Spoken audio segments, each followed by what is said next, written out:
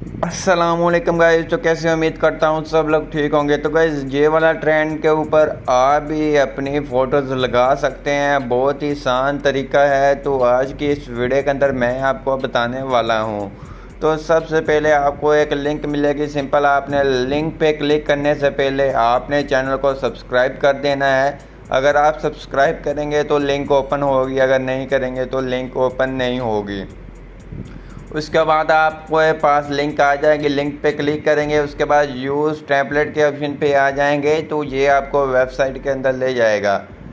Website के अंदर ले जाने के बाद सिंपल आपने करना क्या है, आपने जहाँ यूज़ टेम्पलेट के ऑप्शन पे क्लिक करेंगे, फ़ोटोज़ पे आएंगे। फ़ोटोज़ पे आने के बाद एक सिंपल अपनी कोई भी फ़ोटोज़ ले सकते हैं। तो जहाँ से हम अपनी एक फ़ोटो ले लेते हैं।